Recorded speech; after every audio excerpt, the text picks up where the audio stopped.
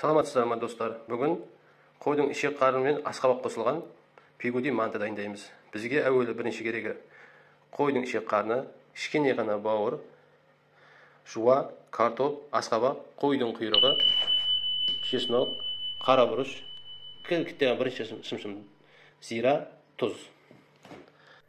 Бірінші мына қойдың ішек қарнын жақсылап тазалап, 45 минутқа лавыр жабырағын салып қайнатып аламыз. 40 минут қайнап болғаннан кейін оны мұздай суға жуып аламыз. Сөйтіп, оны еттатқыштың ірі көзінен өткіземіз.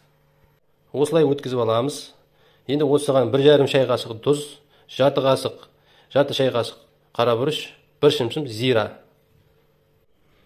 Мінекей осылай бәрін турап аламыз, майдалап, қойдың құйрығын, жуаны, картопты, асқабақты өйстіп майдалап бәрін турап аламыз. Сосын бірге бәрін араластырамыз. Мінекей біздің фаршымыз дайын, енді қамыр дайындаймыз.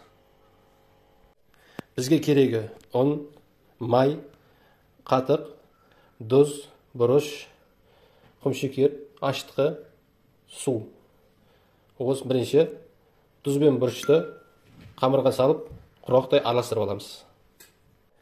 Мынау дрожж бен қантқа жылы су құйып, ашығанша өйстіп қойып қоямыз. Неге бұған енді айранды құямыз бірінші. Сосын ашқымызды құямыз. Үлкен қасықпен 2 қасық май құямыз. Жұмыртқаны қосып, су құйып, жақсылап енді араластырамыз осыны. Мінекей қамырымызды өйстіп бастырып қоямыз 1 сағатқа. Өйстіп ұзын қылып жайып созып алып, домалақтап, пленканың астына бастырып қоямыз. Өйстіп домалақтап жайып аламыз.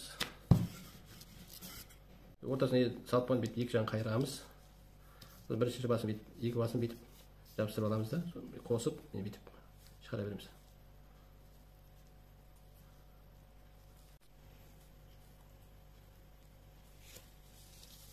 Мынандай дайын болады.